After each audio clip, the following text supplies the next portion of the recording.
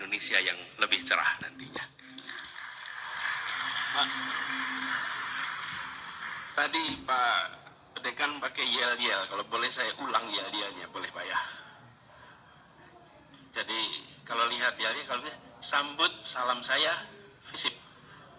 Oh, sambut salam hangat, visip. Dari kami visip. Oke, saya ulang ya. Sambut salam hangat saya, visip.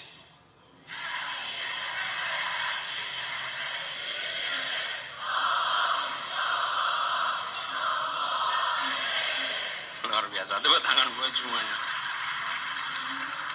Pak, ini salah satu yel-yel paling panjang yang saya pernah lihat Pak. Biasanya yang panjang yang memandu, yang merespon singkat biasanya. Kalau ini yang memandu singkat, yang merespon panjang, artinya kapasitasnya baik sekali gitu kira-kira. Makasih. Bapak sekalian, saya ingin sampaikan terima kasih atas undangan untuk berbagi pikiran, berbagi rencana, dan berbagi aspirasi dalam kesempatan pagi hari ini. Jadi tantangan yang kita hadapi adalah cukup besar. Kalau kita perhatikan Indonesia kita ini luar biasa peluangnya, tapi juga luar biasa tantangannya. Jadi dalam kesempatan ini kami mendapatkan waktu 30 menit dan saya akan memaparkan secara singkat barangkali awal dari ide-ide yang kami garap selama beberapa waktu terakhir ini.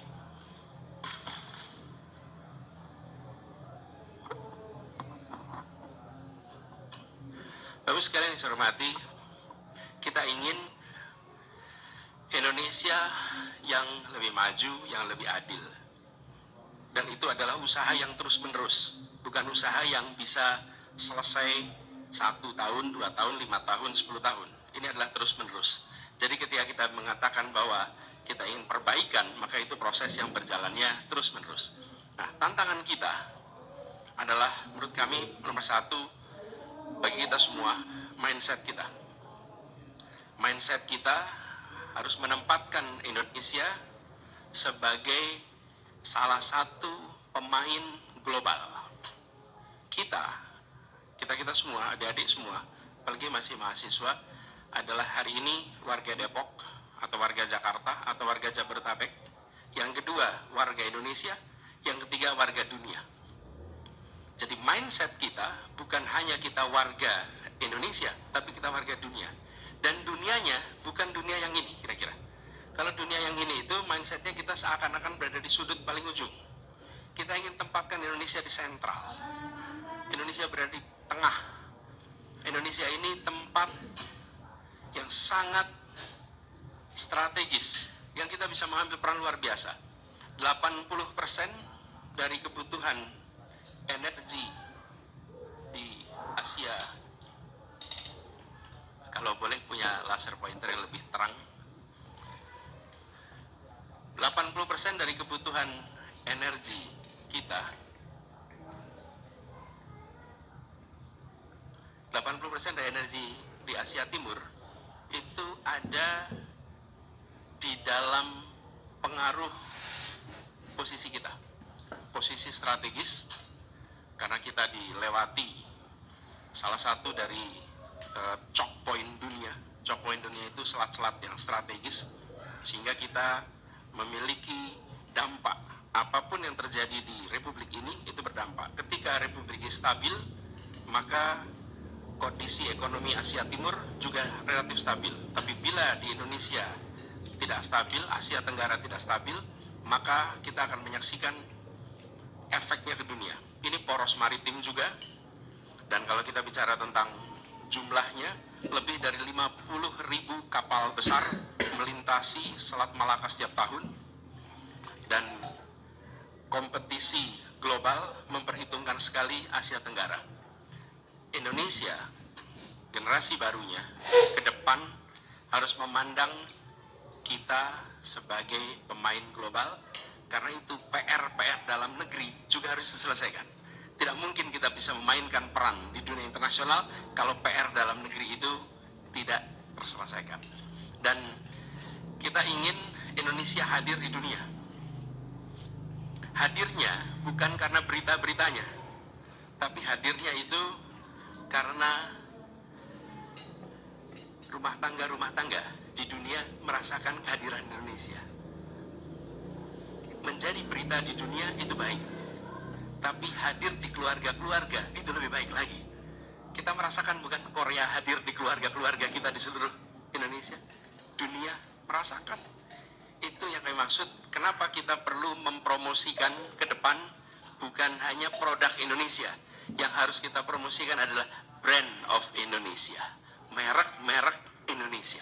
Karena merek-merek Indonesia itu artinya gagasan dari kita, ide dari kita, penetrasi dunia. Dan kita punya potensi yang luar biasa di situ.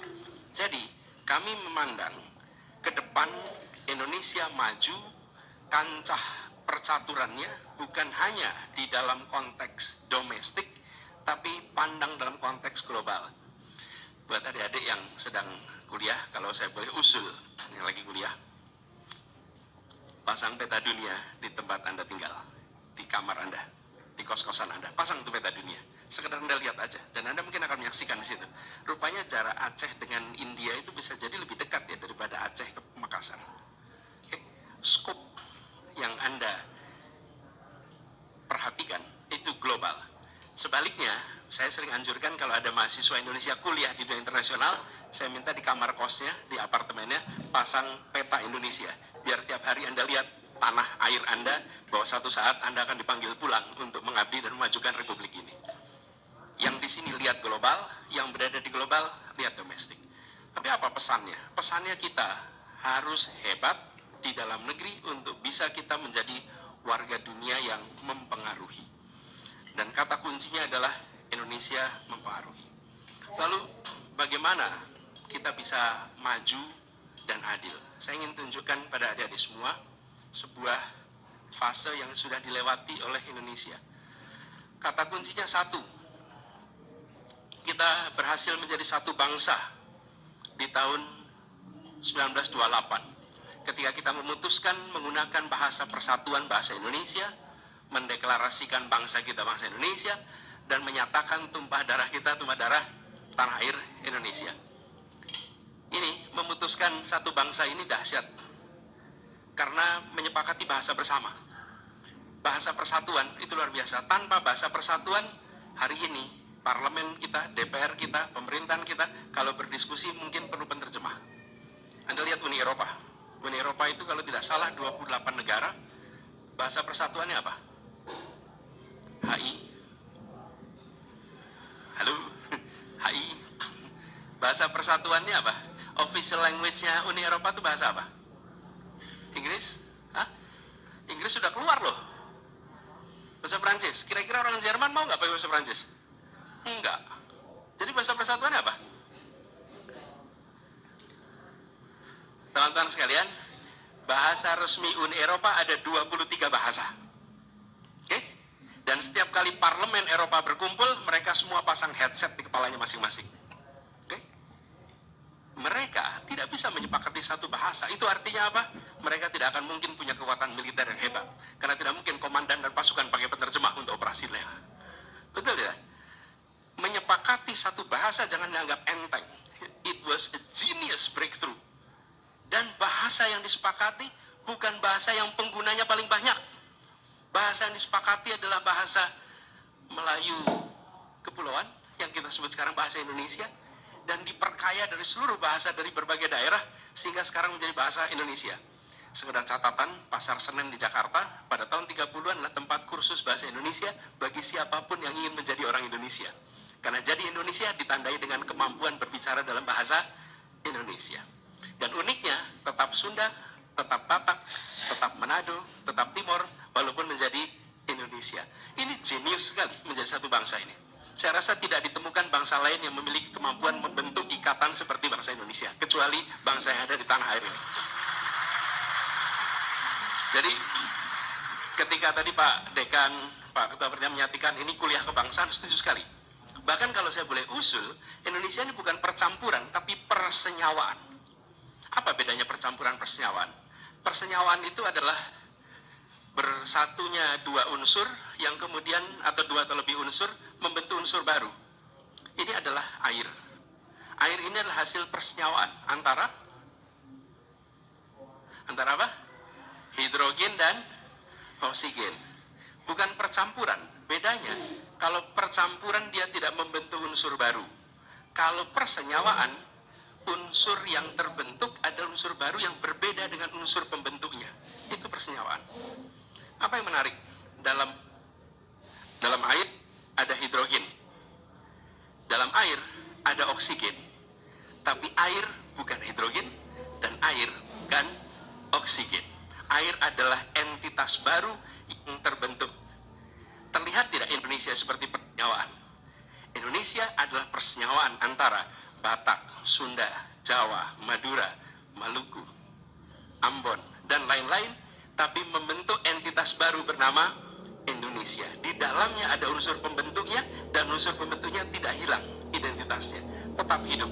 Itulah sebabnya saya membayangkan Indonesia ini sebagai sebuah persenyawaan, dan sudah jadi. Makanya ketika kita sudah jadi persenyawaan, jangan menonjolkan hidrogennya dalam menonjolkan oksigennya, karena itu menegasikan persenyawaan yang sudah dihasilkan. Yang harus ditonjolkan adalah persenyawaan yang dihasilkan, yaitu Indonesia yang setara, yang memberikan kesempatan yang sama kepada semuanya. Jadi ini satu yang pertama. Satu yang kedua adalah kita menjadi satu negara. Ini satu yang kedua. Punya bangsa, punya bahasa, tapi belum punya negara. Dan ini salah satu yang unik dibandingkan negeri-negeri lain. Biasanya terbentuk negara dulu, baru terbentuk bahasa resmi. Ini tidak. 17 tahun sebelum negara terbentuk, sudah membentuk bahasa persatuan. Kita tahu menjadi satu negara. Tapi dalam prosesnya, Indonesia sempat berubah menjadi sebuah negara federal. Dan kita hari ini menyebutkan NKRI harga mati. NKRI itu tidak pernah ada, maka kita nggak akan pernah bisa bilang negara kesatuan. Jangan pernah lupakan bahwa sempat Indonesia itu, Republik Indonesia menjadi bagian kecil dari sebuah Republik Indonesia Serikat. Republik Indonesia hanya bagian kecil. Republik Indonesia presidennya Soekarno, Republik Indonesia Serikat presidennya Mr. Asad. Ini fakta sejarah. Kemudian kita menjadi negara kesatuan lewat yang disebut sebagai mosi integral tahun 50, bulan April, lalu 17 Agustus 1950 diresmikan menjadi resmi, seakan-akan itu proklamasi yang kedua. Lalu yang ketiga, satu wilayah, sudah satu bangsa, satu negara, satu teritori. Kenapa? Karena sebelumnya Indonesia itu hanya tanah, tapi tidak air. Perairannya adalah perairan internasional. Antara Jawa dengan Kalimantan itu wilayah internasional. Antara Kalimantan dengan Sulawesi itu wilayah internasional.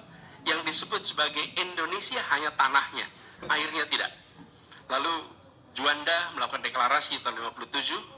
Kalau peristiwa anekdotnya, katanya Bung Karno ke pelabuhan di Cirebon.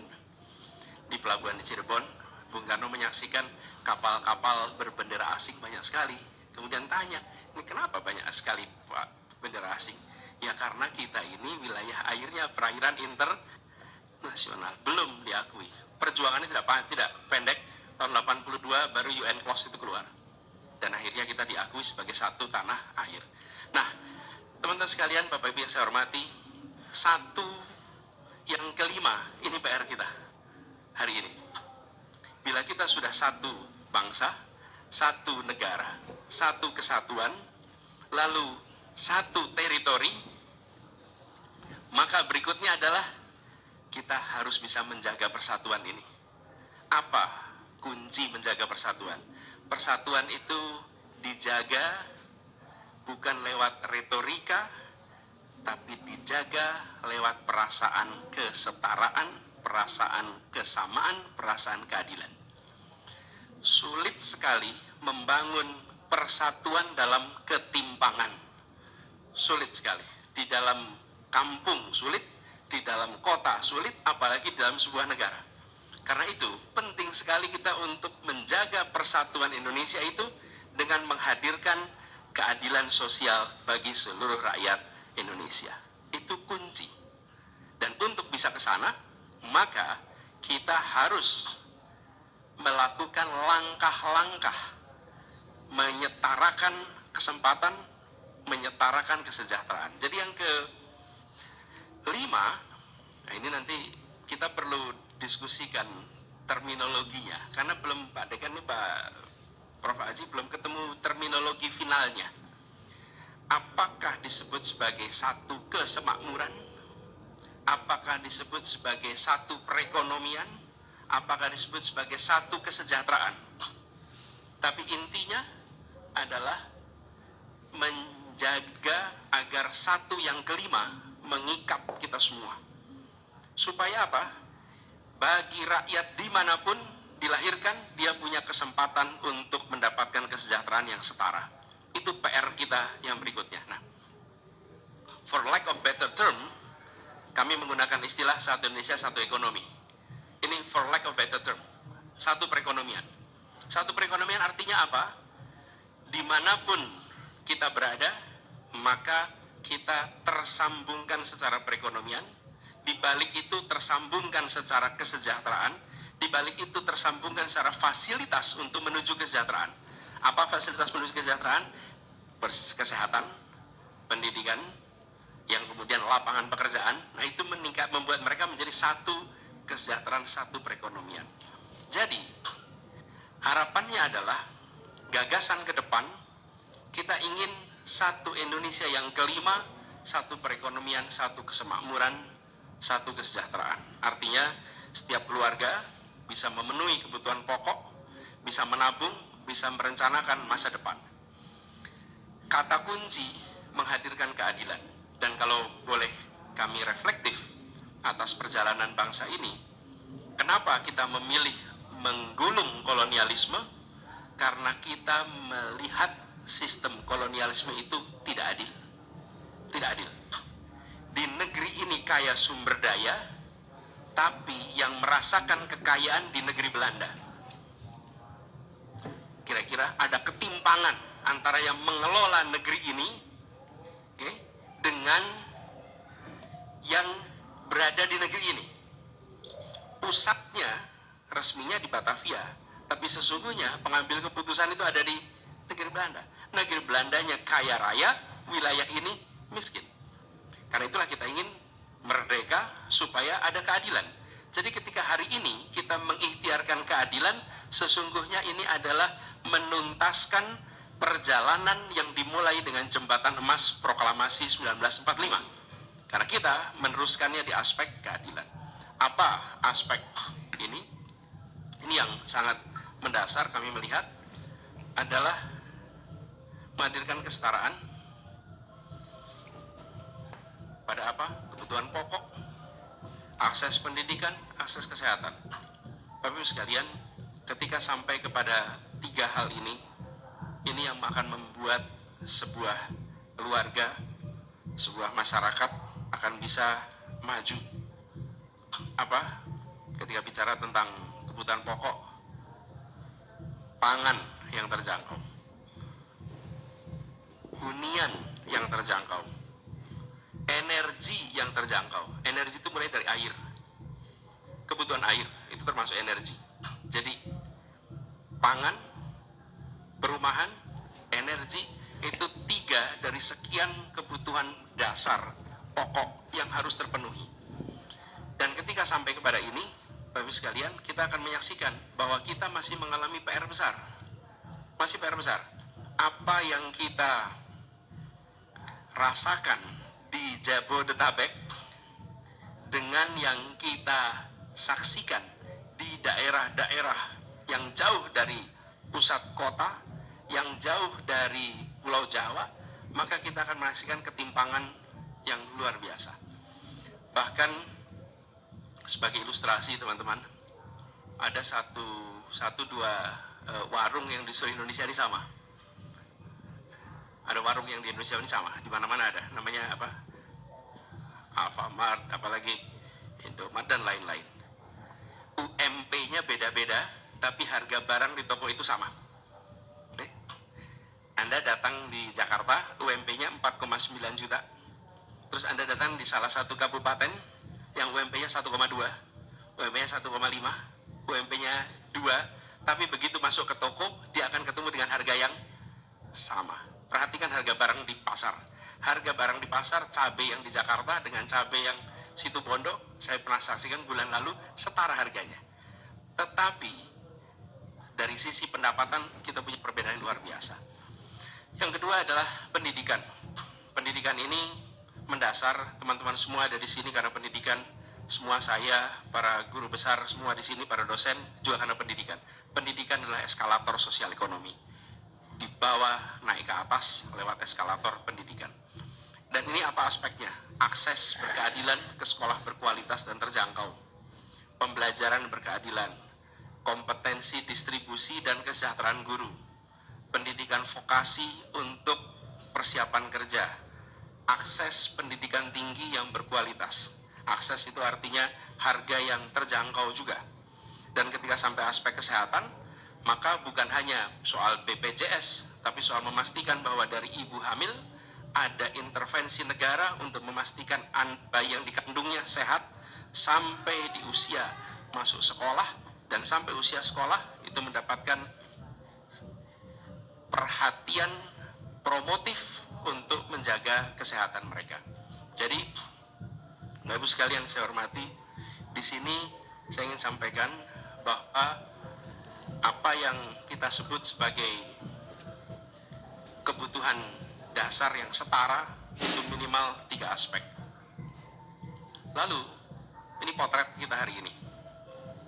Kita merasakan bahwa kontribusi perekonomian masih sangat terkonsentrasi di sebuah wilayah. Bapak Ibu bisa saksikan di sini. Separuh lebih berada di Pulau Jawa. Kemudian di Kalimantan ada 9%, Sulawesi 7%, sisi timur ada 2,5%, sisi barat ada 22%. Ini perlu ditingkatkan. Bukan Jawa diturunkan, tapi yang luar Jawa mengalami intervensi untuk peningkatan. Karena dengan cara itulah maka tenaga kerja tidak terdorong untuk pindah ke tempat yang ada pekerjaan yang mayoritas ada justru di Pulau Jawa. Lalu tadi juga disampaikan oleh teman-teman sekalian, ini semua yang tadi saya sampaikan menyetarakan kesempatan, memberikan peningkatan kesejahteraan, itu harus dikerjakan dalam sebuah demokrasi yang sehat. Kita membutuhkan demokrasi yang deliver, demokrasi di mana ide gagasan menjadi yang terdepan di dalam proses politik, dan kebijakan itu menjadi output yang dituju oleh semua. Kebijakan untuk kesejahteraan. Jadi kami melihat kualitas demokrasi ini harus ditingkatkan. Kita tadi salah satu menyebut soal kebebasan berekspresi. Demokrasi itu bukan hanya soal ada pemilu atau tidak, tapi demokrasi itu adalah nilai-nilai yang tumbuh di dalam masyarakat, di mana aspirasi bisa diproses melalui proses politik tanpa ada rasa takut, tanpa ada tekanan, dan kemudian nantinya bisa menjadi keputusan-keputusan yang dilaksanakan semuanya dalam kedamaian. Nah, ini yang sekarang seringkali menjadi masalah. Karena kita menyaksikan kalau di sosial media sih banyak sekali yang kalau mau nulis itu nyebutnya Konoha, Wakanda gitu. Apa artinya? Ini menunjukkan ada self-censorship. Bahkan kemarin ada yang menyebutkan bahwa kota yang polusinya paling buruk namanya Lahore. Dan lalu mengkritik kota Lahore habis-habisan. Kenapa? Ini tanda-tanda yang tidak sehat. Kenapa saya katakan begini, Lala? Ada 2 sistem di dunia ini, demokratik dan non-demokratik. Yang non-demokratik pilarnya adalah fear, rasa takut. Itu non-demokratik. Yang demokratik pilarnya adalah trust. Sebuah demokrasi mengandalkan keterbukaan, mengandalkan kebebasan, dan di bawahnya ada pilar bernama kepercayaan atau trust. Non-demokrasi, dia mengandalkan kepada rasa takut, fear. Karena itu perhatikan, rejim-rejim otoriter pasti menggunakan rasa takut untuk menjalankan kekuasaannya. Begitu rasa takut itu hilang, rejimnya tumbang. Arab Spring, Filipina, kemudian Iran, Afrika Utara, bahkan ketika transisi di 97-98, itu karena fear itu hilang, semua bergerak. Begitu fear hilang, maka rezim tumbang. Nah, ketika kita dalam demokrasi dan ada fear, sesungguhnya ini tanda-tanda yang tidak sehat. Karena itu harus dikembalikan. Kebebasan berbicara harus menjadi prioritas yang harus kita bereskan di dalam tahun 24 ke depan. Harus. Jadi, kalau ada pasal-pasal di dalam undang-undang yang mengganggu